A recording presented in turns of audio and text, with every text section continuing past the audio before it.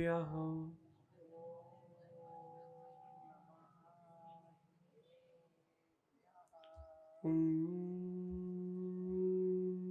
नमः सिद्धिभ्यः।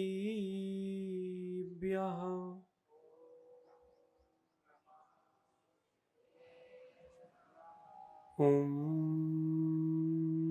नमः सिद्धिभ्यः।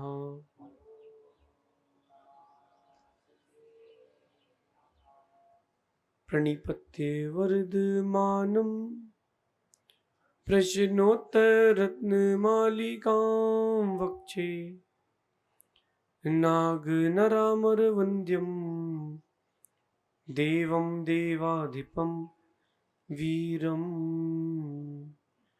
नमो अरन्ताणं नमो सिद्धाणं नमो आयर्याणं नमो वज्रायाणं नमो लोये सब साउणम। अनंत अनंत परम सिद्ध भगवंतों की, देवादि देवी खजराट श्री अविंदन नाथ भगवान की, अंतिम तीर्थेश भगवान महावीर स्वामी की, आचार्य प्रवर भगवत अमोघ वर्ष मुनिराज की, आचार्य भगवान गुरुवर विशुद्ध सागर जी मुनिराज की, तीन कम नौ कोटि मां मुनिराजों की।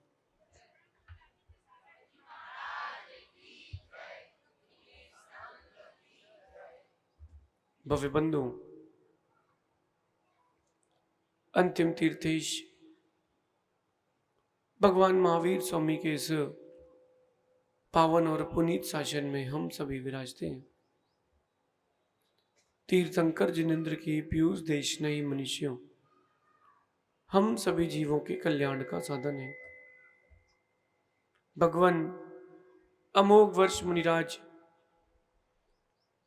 प्रश्नोत्तर रत्नमालिका ग्रंथ में कह रहे हैं कि हर कार्य में विशेषता लाने के लिए कुछ न कुछ हटके तो करना पड़ता है। वही बच्चा जो आपका घर में लौकी की सब्जी नहीं खाता, उसी लौकी का कोफ्ता तो खा लेता है। वही बच्चा जो गिलकी की सब्जी नहीं खाता, वो गिलकी का भजिया खा लेता है। इसका मतलब अगर आप कुछ विशेषता डालते हो तो वो कार्य को जीवन में हर कोई स्वीकार करता है। ऐसे ही दान जब भी हो तो प्रिय वाक्य के साथ हो। दान में प्रिय वाक्यों की विशेषता होना चाहिए। और अपन ने समझा था ज्ञान में घमंड नहीं होना चाहिए।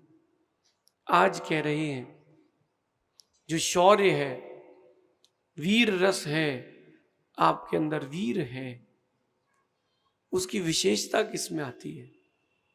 उसकी विशेषता आती है क्षमा से। अगर कोई ताकतवर है और उसके अंदर क्षमा है तो ही समझना कि वो ताकतवर है।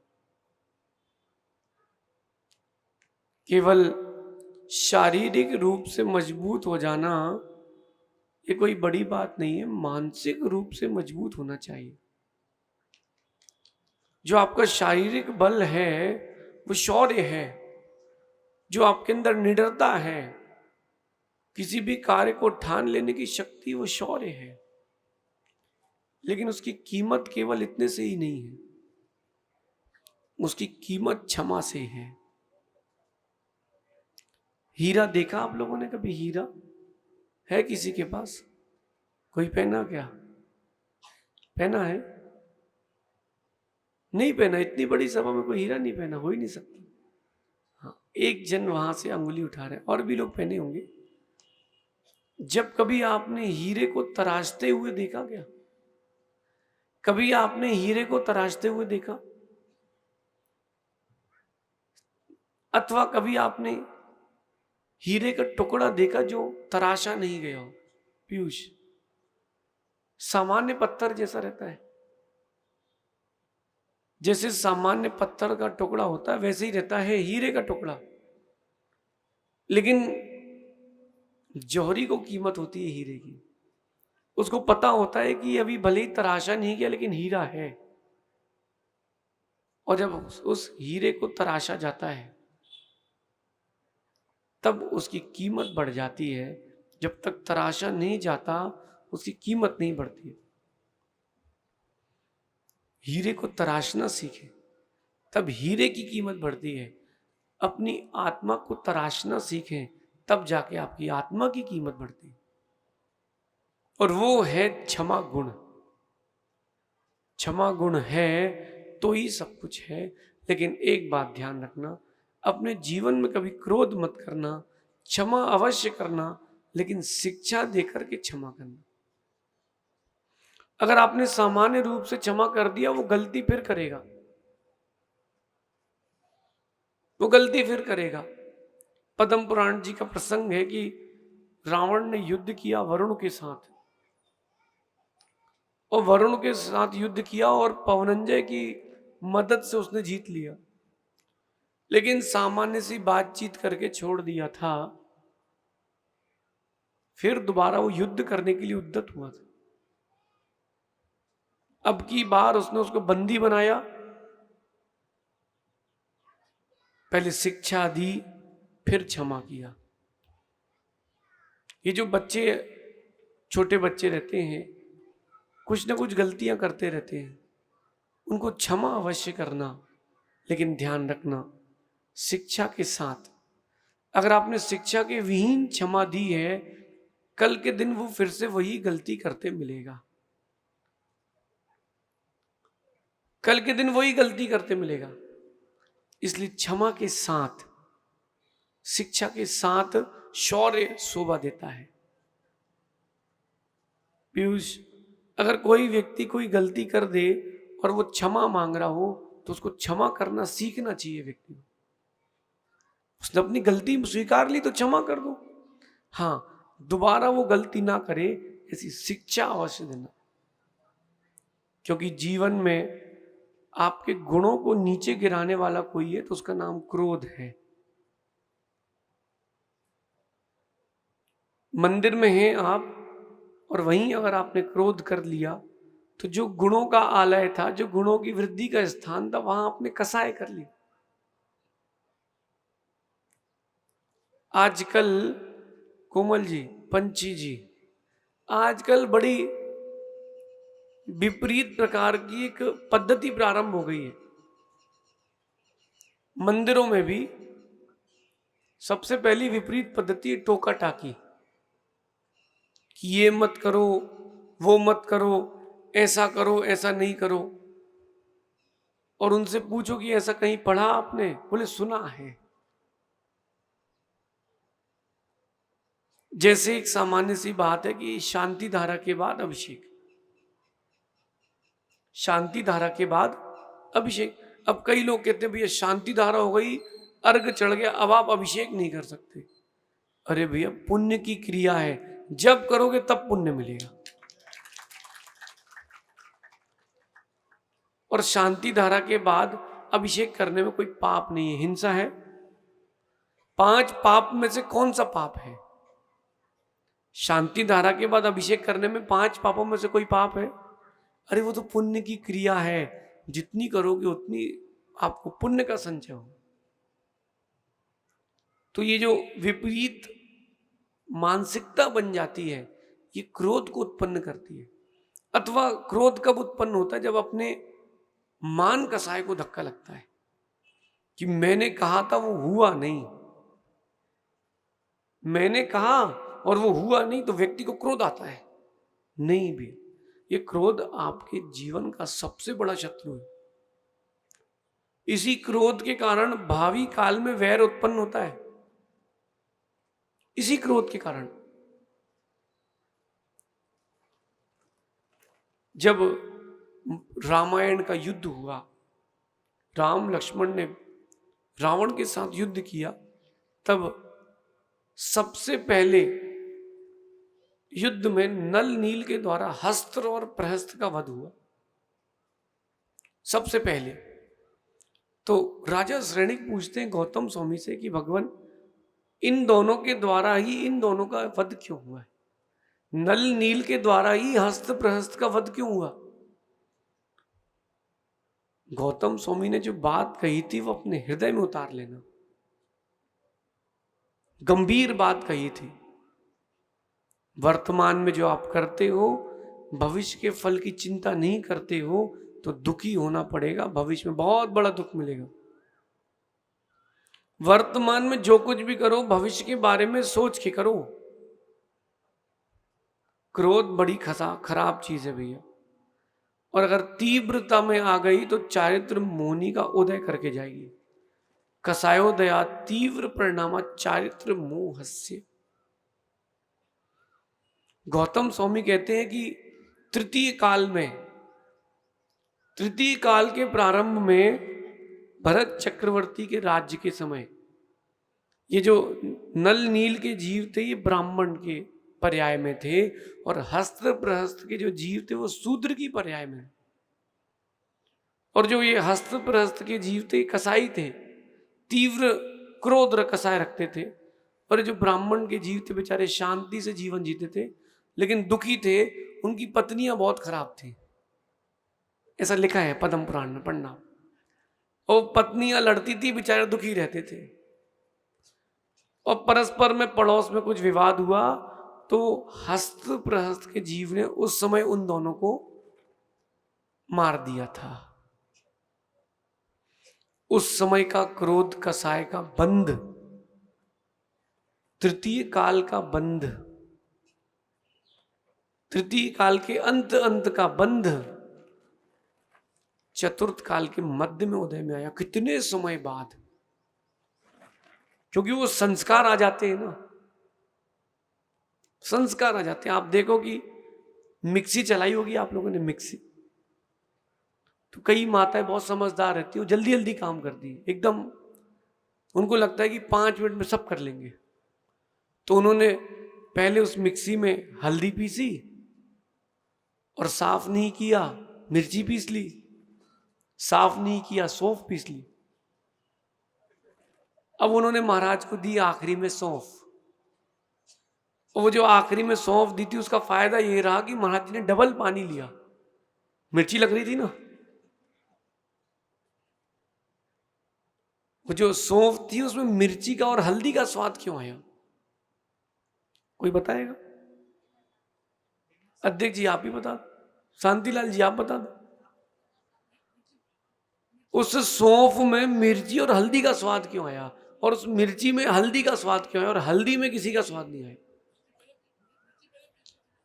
क्योंकि उसके पहले कुछ था नहीं, संस्कार जुड़ गए।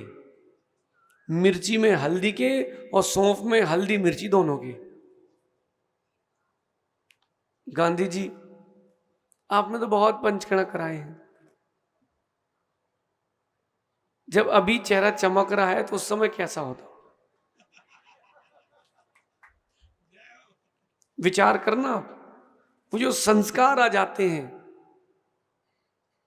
वो बड़ी मुश्किल से जा पाते हैं। जैसे किसी को सिगरेट पीने के संस्कार लग जाए, बड़ी मुश्किल होती हुई है छुड़ाने में। और वो जो बीड़ी वाले होते हैं, तंबाकू वाले होते हैं, तो बहाना बनाते, बोले पेट ही साफ नहीं हो रहा है। ये संस्कार आ जाते हैं। उन संस्कारों को दूर करने का उपाय पुरुषार्थ है, अपना पुरुषार्थ है। और अप्रमेय सागर जी, विशेष बात यह है कि दूसरी की गलती पे हर कोई मुस्कुराता है, यानी दूसरे की गलती पे हर कोई मुस्कुराता है, और उसी प्रकार की गलतियां और कोई भी करता है। तब व्यक्ति सोचता है, अरे तब व्यक्ति सोचता नहीं है। आप देखो दुनिया में हर किसी के अंदर कुछ ना कुछ कमी तो है। Nobody is perfect, nobody is perfect. हर किसी में कुछ ना कुछ कमी तो है, लेकिन व्यक्ति अपनी कमी ना देख करके दूसरे की कमी देखता है। ये उसकी सबसे बड़ी कमी है। अगर अपनी कमी देख ले तो सही ना हो जाए। कसाय जो है, क्रोध जो है, वो आपके अंदर की कमी है कि मैंने कहा और वो हुआ नहीं, तो अब संबंध बचेंगे नहीं। समझ रहे आप लोग? नहीं समझ रहे। आपके साथ कभी हुआ कि नहीं हुआ कि मन का भोजन ना मिला हो इनको तो कैसा वो थाली सुदर्शन चक्र बन जाती है? नहीं हुआ कभी? नहीं हुआ कभी? चुपचाप खा लेते हैं। इतना डर, इतना खौफ आप लोगों को बढ़ जाते जी, इतना खौफ है भैया। क्रोध जो है वो आपके जीवन का सबसे बड़ा शत्रु है। और विशेष बात यह है कि वो आपके पास ही रहता है और आप उसको आमंत्रण देके बुलाते हो कि आओ हमारे जीवन में संक्लेशता उत्पन्न करो। और जब वो क्रोध आता है तो सुनामी की तरह आता है। और जब वो क्रोध आता है तो कुछ समझ में नहीं आता, लेकिन जैसे ही क्रोध जाता है फिर मालूम चलता है कि तूफान में क्या क्या कहां कहां उड़ा है। फिर मालूम चलता है। अभी रास्ते में आहू जी के पहले अच्छा तेज तूफान आया भैया, तो सब लोग जिसको जो समझ में आया उसने वो उठा लिया और गाड़ी में भर लिया। फिर वहां जब तूफान रुका या कक्ष में पहुंचे, कमरे में पहुंचे, तब लोग देखते हैं क्या क्या नहीं है। एक कहता हमारी तो टी शर्ट उड़ गई, एक ने गद्दे गिने तो बोले भैया 3 गद्दे नहीं है, यही थी। फिर एक ने देखा, बोले भैया फोन कहाँ है? बोले है। हमने देखा भैया हमारे कमंडल कहाँ है? इतना तूफान था, कमंडल उड़ रहे थे, इतना तेज तूफान था। कुछ बेचारे कपड़े ही नहीं पहन पा रहे। गिनी तकिया कितने थे, कंबल कितने थे, बोले अब 2 ही 4 बचे हैं। जान बचाए व्यक्ति।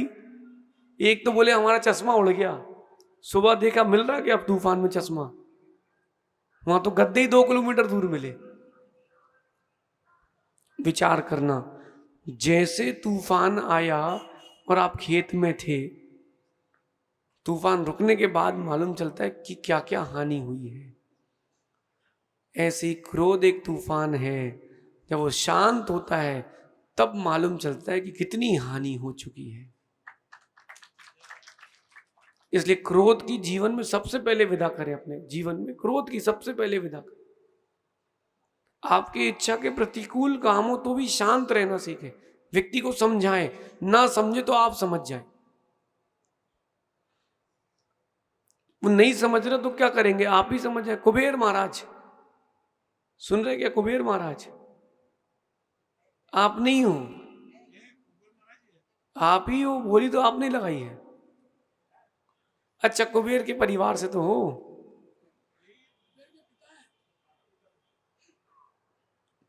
बाबूजी का नाम क्या है? सुरेश कुमार पाटनी जी। सुरेश कुमार जी पाटनी जी, एक अच्छी बताना आप मेरे को, मैं आपसे पूछता हूं, जीवन में कभी क्रोध किया? उसके बाद पछतावा हुआ कि नहीं? अगर हुआ है इसका मतलब सुधार हो सकता है। और अगर आपको क्रोध के बाद पछतावा नहीं हुआ तो कभी सुधार नहीं होगा। एक गांव में कुछ व्यक्तियों का झगड़ा हो गया और हम लोग उसी धर्मशाला में थे और धर्मशाला में झगड़ा हो गया। तो जिसने गलत किया था उसको एक व्यक्ति ने 2 जमा के दिए और जिसने मारा वो पहलवान था। उसने ऐसा मारा हनी कि पहले तो वो 2 बार घूमा फिर गिरा। उसको पकड़ के हम लोग अंदर लाए कि मैंने कहा ये झगड़े नहीं करो, झगड़े नहीं करो। वो व्यक्ति क्या कर रहा था? पीयूष तुम भी थे, तुम भी थे। वो व्यक्ति क्या कर रहा था, उसने माइक पर बोला कि गुरुदेव हमारे यहाँ आपको चातुर्मास के लिए आना है, और कमरे में कह रहा था अगर आ गए तो गलत हो जाएगा। और गुरुदेव से कह रहा था। आचार्य श्री मुस्कुरा रहे थे, हम लोग देख रहे थे कि कैसा व्यक्ति है। अच्छा, जैसे ही बाहर जो खड़े भक्त थे उनने सुना तो उसने एक जमा दिया, उसको पकड़ के अंदर लाए, उसको समझाया भाई क्रोध नहीं करना चाहिए, व्यक्ति की अगर आदत खराब है तो कोई बात नहीं। तो बोले हाँ महाराज जी गलती तो हो गई। मैंने कहा क्या? बोले 2 और लगाने थे। बोले रह गया। बोले मैं, अगर आपको क्रोध करने के बाद आपको मालूम चल जाए कि हाँ मैंने गलती करी है तो समझना कि सुधार होगा। और लगता है कि क्रोध सही है, कभी सुधार नहीं होगा। और क्रोध करने से सबसे पहले आपकी प्रीति खत्म हो जाती है। क्रोध करने सबसे पहले प्रीति खत्म होती है, और क्रोध ना करने से, क्षमा धारण करने से प्रीति बढ़ जाती है। प्रीति बढ़ जाती। सहज सागर जी, कई बार क्या होता है कि मन में आ जाता है कि बोल दें, मन में आ जाता है कि बस बोल ही दें, लेकिन वो जो अपन ने ब्रेक लगा लिया है, जो कसाय में अपन ने ब्रेक लगा लिया है, बस यही तो जीवन का पुरुषार्थ है, यही जीवन का सार है।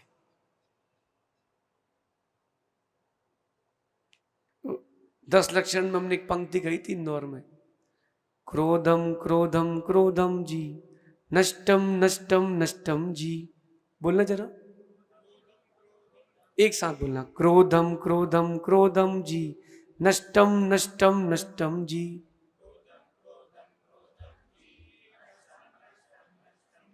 क्रोधम क्रोधम क्रोधम जी, कष्टम कष्टम कष्टम जी।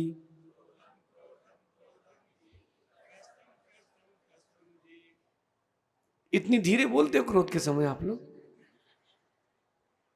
जब क्रोध आए तो ये दोहराना पंक्तियां कि क्रोध क्रोध क्रोध जब आएगा मेरा जीवन नाश को प्राप्त हो जाएगा, कष्ट को नष्ट को प्राप्त हो जाएगा।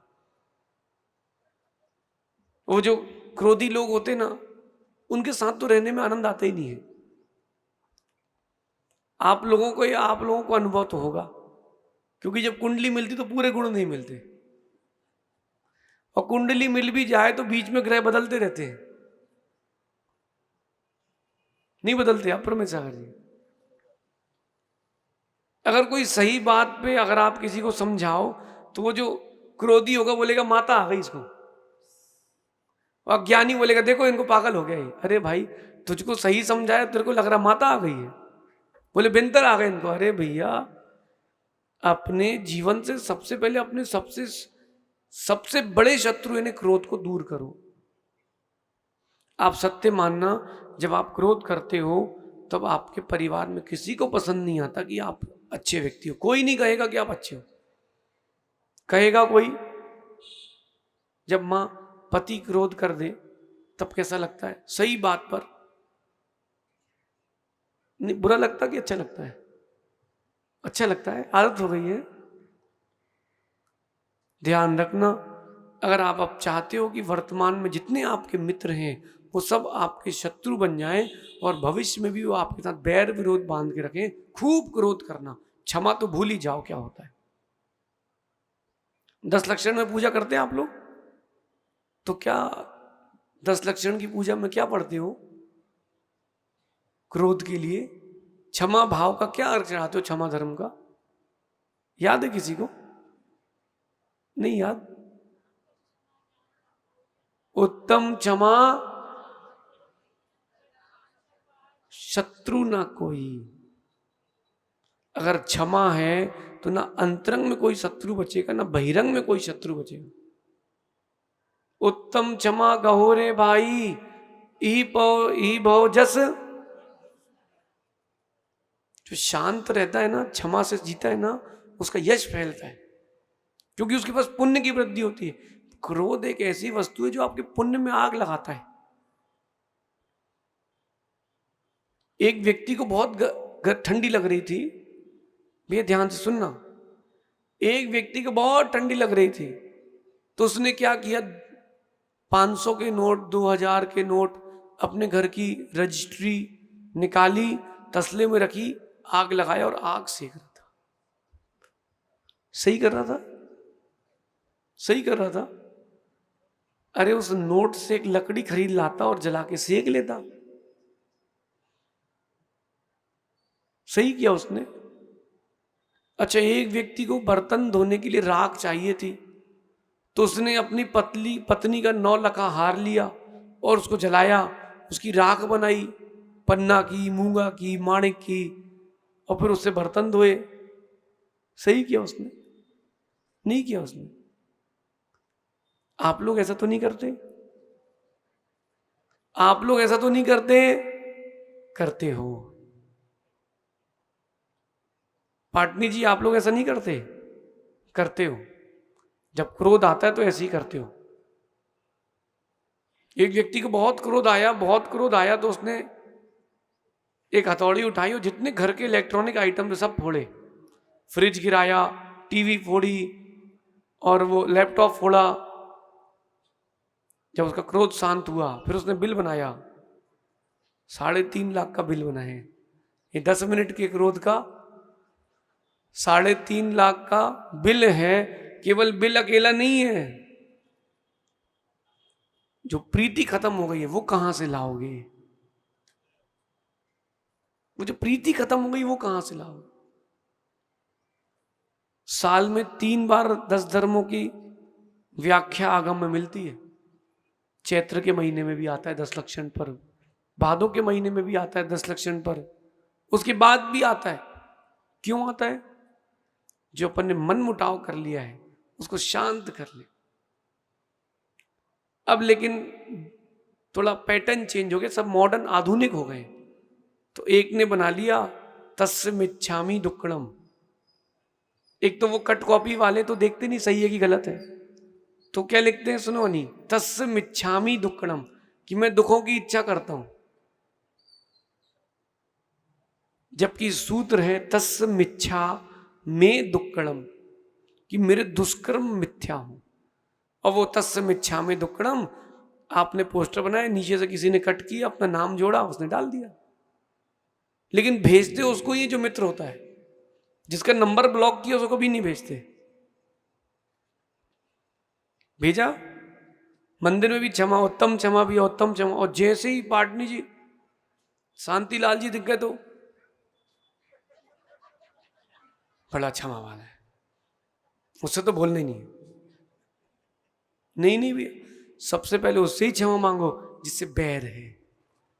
खत्म नहीं करोगे तो संसार बढ़ता रहेगा। अगर बैर खत्म नहीं करोगे संसार बढ़ता रहेगा। क्षमा मांग लो एक दूसरे से, भैया क्षमा, उत्तम क्षमा।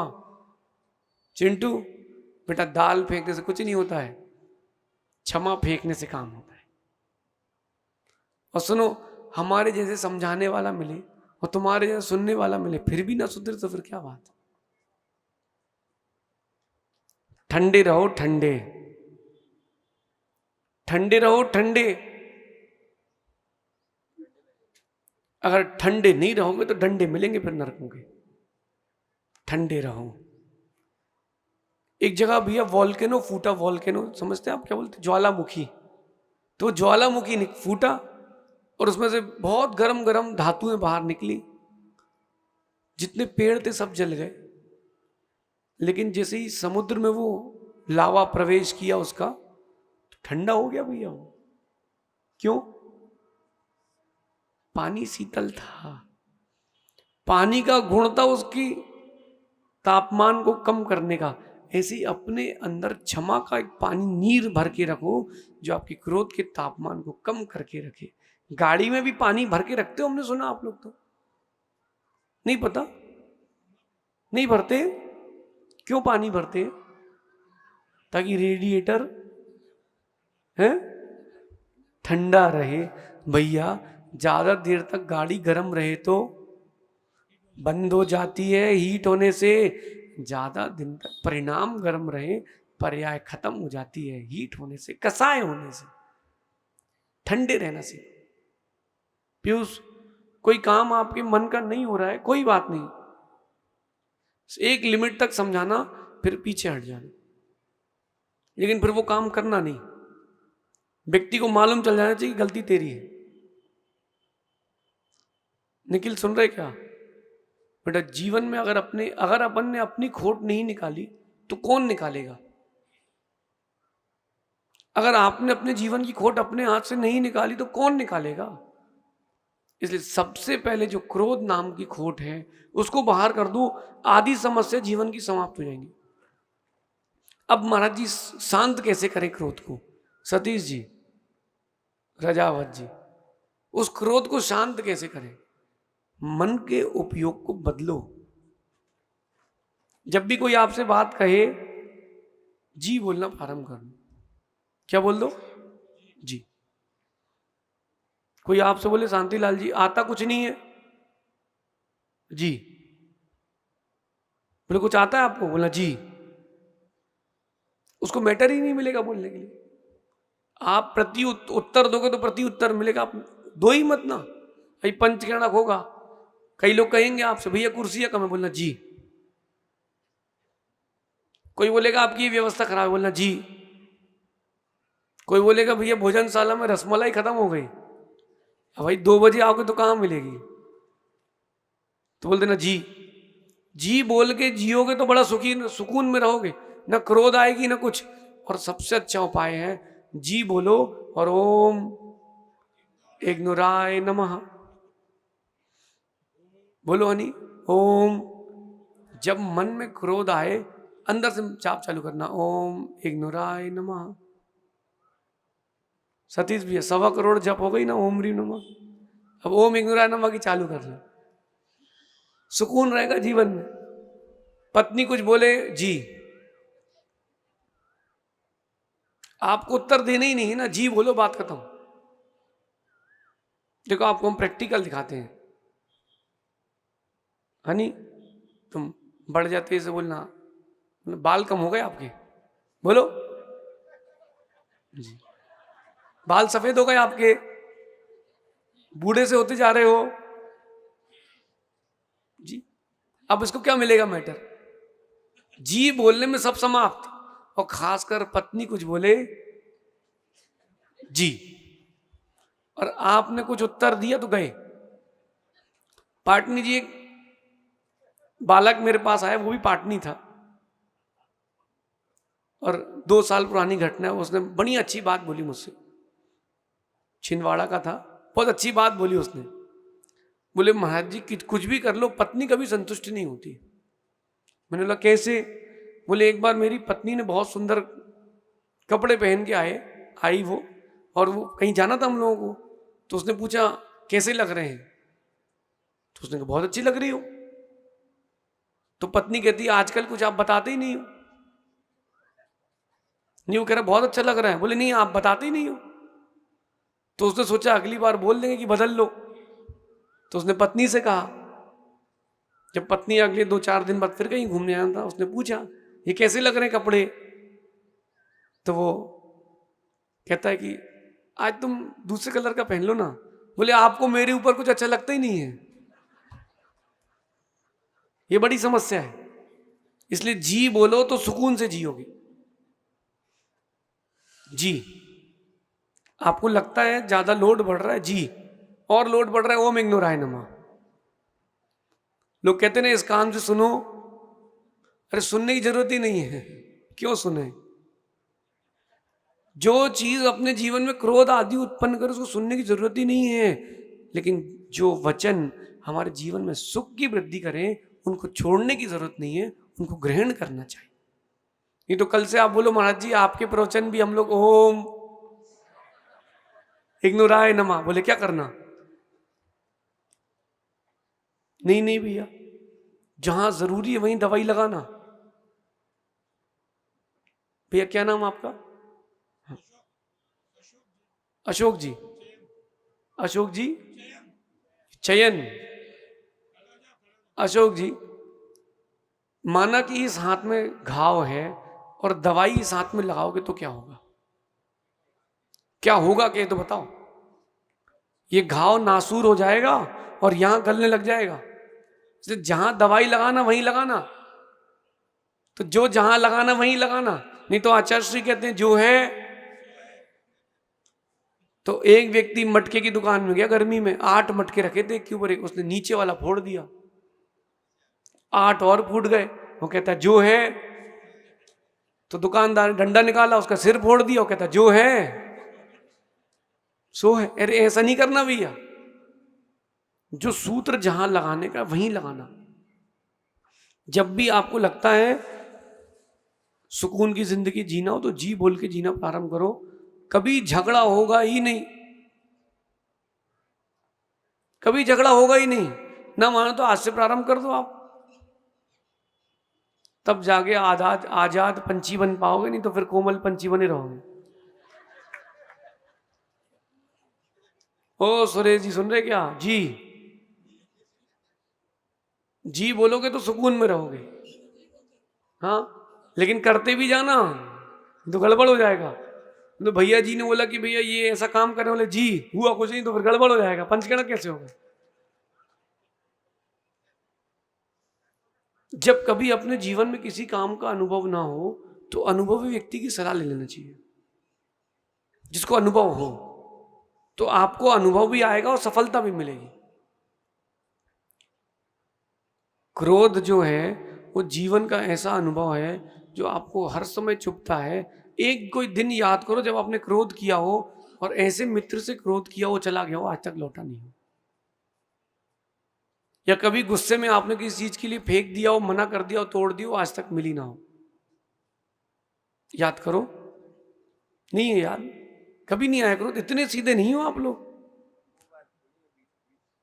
किसने? सहज सागर जी कह रहे मोबाइल, सबसे पहले गुस्से मोबाइल फेंकते। भैया आजकल नहीं फेंकते, आजकल व्यक्ति भिड़ जाए तो सबसे पहले उठ के चेहरा नहीं देखता, फोन देखता ठीक है कि नहीं। 12वां प्राण हो गया फोन। 10 प्राण होते 5 इंद्र जीवों के, और आचार्य अमृतचंद स्वामी कहते हैं कि गुणभद्र स्वामी कहते हैं 11वां प्राण धन और 12वां प्राण फोन। फोन बंद हो जाए तो देखो, किसी के हम भैया थोड़ा सा चार्ज कर ले क्या आपके, 5 मिनट भैया, क्यों? बोले ऑक्सीजन कम हो रही है बॉडी की।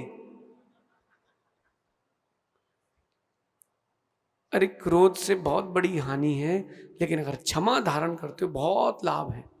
कभी मित्र शत्रु नहीं बनेगा।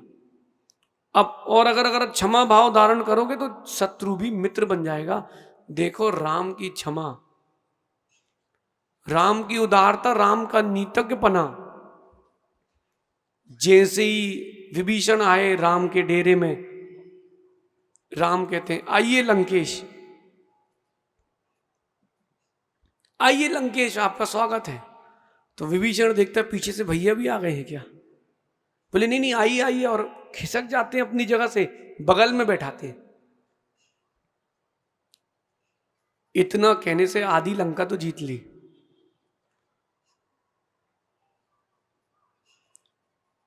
अगर कोई काम नहीं बन रहा है तो उसको प्यार से समझाइए, अप्रमेय सागर। लेकिन वो जो बर्तन दुचक जाते हैं ना, वो बिना ठोके नहीं सुधरते। लेकिन फूटना नहीं चाहिए, फूटना नहीं चाहिए। भैया आप लोगों ने कभी दीवार में कील ठोकी क्या? नहीं ठोकी, नहीं ठोकी। तकिया से? किससे ठोकते हैं? हाँ, कुछ तिरछी कीलें होती हैं, उनको सीधे करने के लिए हथौड़ी चाहिए, लेकिन कील सीधी करने के लिए चाहिए, कसाय कभी नहीं चाहिए। हाँ, आप अगर कसाय करोगे तो संक्लेशता आपके अंदर आएगी, क्योंकि गई आपके पास से ही है। गई आपके पास से ही तो है ना वो संक्लेशता। किसी को गरम गरम लोहा या कोयला फेंका आप लोगों ने? कभी फेंक के मारा? कभी गरम कोयला हाथ से उठा के फेंका किसी ने? क्यों नहीं फेंकते? अरे पहले स्वयं जल जाओगे भैया। ये जो कसाय है गरम कोयले की तरह, जब तुम फेंकते हो सबसे पहले तुम जलते हो, सामने वाला जले ना जले वो उसके ऊपर है। देखो माताओं को कितना मस्तिष्क तेज इनका इस मामले में। जैसे इनको किसी की बातें इग्नोर करना हो तो मालूम क्या करती है लोग? अगर कोई महिला दूसरी महिला से कह रहे जी जी अरे ऐसा हो गया और वैसा हो गया, तो दूसरी महिला कहती है अब क्या बोलोगे तुम? वो उत्तर नहीं देती। ये सबसे बड़ा हथियार है, पर इनके साथ प्रयोग करना आप तो बड़ा क्रोध आएगा इनको। वो बोले कि आप घर जल्दी नहीं आए, आज तो जाना था। भैया बाल जल्दी कम हो जाएंगे आपके। अथवा एक और उपाय है, अगर आप चाहते हो कि क्रोध नहीं आए तो है क्या, प्रारंभ कर दो है। अगर कोई कुछ कहे बढ़ जाता है जी, कोई कुछ कहे बोला है क्या कहा, फिर से कहना भैया। हाँ नहीं, फिर से ट्राई कर लो, फिर से ट्राई कर लो। बोलो भैया आपके बाल कम हो गए हैं। और वो ये साथ में ये और बोलना भैया, फिर से बोलना, जरा सुन नहीं पाया मैं। 5 बार बोलो, 6वीं बार उठ के चला जाएगा चुपचाप वो। बाद में बोलेगा पागल, इससे क्या बोलना। अरे पागल नहीं, समझदार है, विषय समाप्त करना सीखो। ये क्षमा वाले गुण वाले जीवों का गुण है, ये नीति है। इतने समय तो पूरा काम हो गया। जी जी सबसे अच्छा है। और ठीक है, अपनों क्या करना, ओम शांति। देखो निखिल, अगर कोई सलाह मांगता है तो हम अच्छी सलाह देते हैं, और हमारा पुण्य इतना तेज है कि जब तक जो व्यक्ति हमारे लिए हितकर है वो हमारे पास रहता है, और जिस दिन ऐसा भाग्य तेज है अपना कि जिस दिन उससे अपना अहित होना हो, वो चुपचाप चला जाता है। जैसे समुद्र होता है ना, समुद्र के बीच में कभी कचरा नहीं रहता। क्यों? वो लहरें चलती रहती, पूरा कचरा किनारे कर देती। बेटा अपने जीवन में अगर गुणों की वृद्धि करोगे, जो नहीं चाहते थे वो भी चाहेंगे। अब आप चौके में चलना, अभी बहुत सारी माताएं आएंगी, उनको तो ऐसा लगता है जैसे बास्केटबॉल खेलना है ना चौके में, तो जो मिल जाए दो। महाराज जी ने अंजलि खोली कुछ उठाने के लिए, बोले अरे भैया जो अंजलि क्या वो तो ले लेना। तो बोले कभी मौका मिले तो इनको कराओ। शांतिलाल जी आप खड़े हो, कल मैं कराऊं। फिर आप बोलोगे महाराज जी मैं क्षुल्लक बन जाऊंगा, कटोरे में ही खाऊंगा ऐसा दबा के। लेकिन सुनो, उनको भी अच्छे से समझाओ, डांट के नहीं, प्यार से। क्यों? अगर उसको नहीं आता है तो अज्ञान भाव उसका है, तुम तो समझदार हो। अगर कोई व्यक्ति गलती कर रहा है तो उसको समझाने का हक तो है, डांटने का हक उनको नहीं है। वो कर्म समझ लेगा। और एक बार समझाओ, दो बार समझाओ, तीन बार समझाओ, फिर इग्नोर करो। मेरे साथ हुआ अभी, मक्सी जी है ना, मक्सी जी उज्जैन के पास, इतनी भीड़ थी उस दिन आहार में, इतनी भीड़ थी, मैं से आहार कर रहा हूं और वहां 25-50 लोग तो हमारे सामने खड़े थे। पीछे से एक माँ ने अंगूर उठाया और यूं फेंका, और पहले हमारे छाती पे टकराया, फिर अंजलि में आया, और फिर आवाज आई पहुंच गया। अब बताओ क्या करें। अब शुद्धि पता नहीं किसने दिया था, पन्ने तो वो गिरा दिया। लेकिन मैं दिन भर सोचता रहा, भगवान हमारे पास वो 5 मिनट के लिए आई है अम्मा, 2 मिनट के लिए, तो इतना परेशान किया, घर वाले का क्या होता होगा।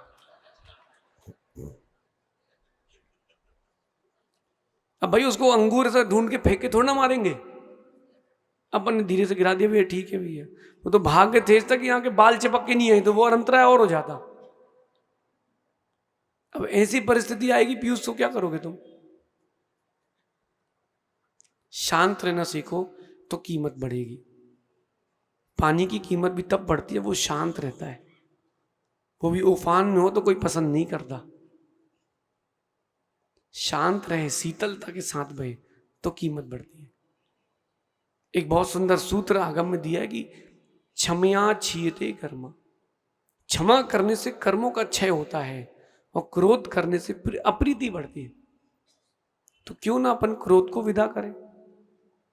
कल मैंने कहा था ना वो हाईली फ्लेमेबल, तो जो क्रोधी व्यक्ति होता है उसको देख के लगता है कि हाईली फ्लेमेबल, फिर उससे दूर रहो, दूर रहो। कहीं आग लग जाए तो आप लोग क्या करते हो, पास जाके बुझाते कि दूर से? क्यों? पास में जाके बुझाओ ना। हाँ बस भैया, क्रोधी मिल जाए तो दूर हो जाओ, कहीं अपन ना जल जाए। आने वाले समय में, दिनों में, अभी तो मंदसौर में है, क्या नियोग है भैया मानना। मैंने तो ये सोचा था कि अपना भीलवाड़ा चातुर्मास है तो एक दिन रतलाम, एक दिन मंदसौर, एक दिन नीमच रुकेंगे। लेकिन मंदसौर वालों ने सबके दिन खा लिए। हाँ वही पारसनाथ देखते हैं। मना किसी के लिए नहीं, लेकिन हाँ भी नहीं है, परिस्थिति देखते हैं। कोरोना के समय भी हमने 2-3 लोगों को बता दिया था कि चातुर्मास यहाँ होगा, बाचना वहां होगी, पंचकणक वहां होगा। हम बनारस में फंसे रह गए थे। बुद्धि से काम करना चाहिए। अपने जीवन में अगर आप विशेषता चाहते हो, क्षमा से विशेषता आती है, कसाय से क्रोध से विशेषता क्या, सारे गुण चले जाते हैं। उन्नति चाहिए हो तो क्षमा, और अवनति चाहिए हो तो क्रोध। क्षमा रखोगे तो विशुद्धि जारी है, वो कहीं क्रोध कर लिया तो विशुद्धि जा रही है। अभी कैसे भाव है, अभी कैसे भाव है आपका अशोक भाई, अभी कैसे भाव चल रहे हैं? हाँ, अभी कैसे चल रहे हैं बताओ ना। कल आप देखते जब अर्पित बोलियां चल रही थी, जैसे ही सौधर्म की बोली हुई, पंची जी तोड़ पड़े, बोले अरे वाह मजा आ गया। सुरेश भाई कहाँ, सुरेश भाई इतने खुश, बोले चलो अब तो पंचगणक अच्छा हो। 2-3 लोगों की तो चाल बदल गई।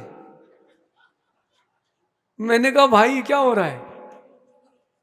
अब समझना, जब नाटक के पंचकल्याणक के पहले ही आनंद है, जब साक्षात वाला पंचकणक होता होगा तो क्या आनंद आता होगा।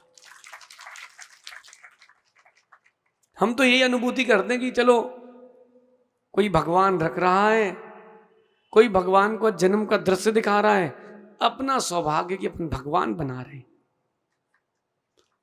हनी अपना क्या फायदा बताओ? अगर बोलो तो आपका नाम है, तो नाम तो तीर्थंकर का नहीं बचा, तो अपना क्या बचेगा? लेकिन बेटा इस पंच कल्याणक की क्रिया में जो संस्कार करने के बाद पुण्य का संचय होता है, वो मेरे साथ जाएगा। भाई हर कोई स्वार्थी है, बिना कमीशन के कोई काम नहीं करता आजकल सतीश भैया। बिना कमीशन के कोई काम नहीं करता। कोई प्लॉट बिकना हो तो 1-2% तो कोई ना कहीं से मार ही लेते। हाँ सही है कि नहीं? बोले कुछ तो मिलेगा, कुछ तो मिलेगा। भैया हम भी कमीशन पे ही काम करते हैं। हंस रहे हो आप लोग? हाँ बिल्कुल सही कह रहा हूं। कैसा कमीशन? अरे पुण्य के कमीशन, इससे बड़ा क्या कमीशन? वो कमीशन जो सिद्धशिला पे ले जाके छोड़ दे, वो है पुण्य का कमीशन।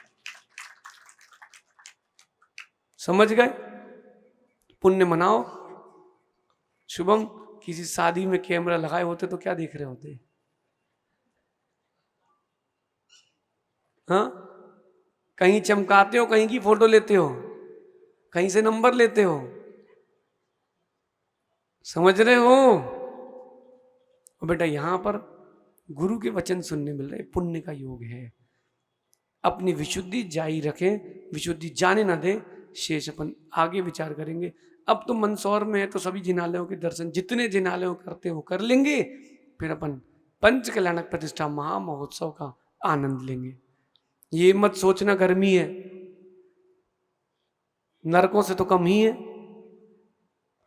और पंच कल्याणक प्रतिष्ठा के बाद भले ही गर्मी में क्यों ना हो, जो आत्मा में ठंडक मिलेगी वो सिद्धत्व तक ले जाकर के ही शांत होगी। आप सभी अपनी विशुद्धि जारी रखें, विशुद्धि को जाने न दें। शेष अपन आगे विचार करेंगे। भगवान महावीर स्वामी की, आचार्य भगवान गुरुवर विशुद्ध सागर जी महाराज की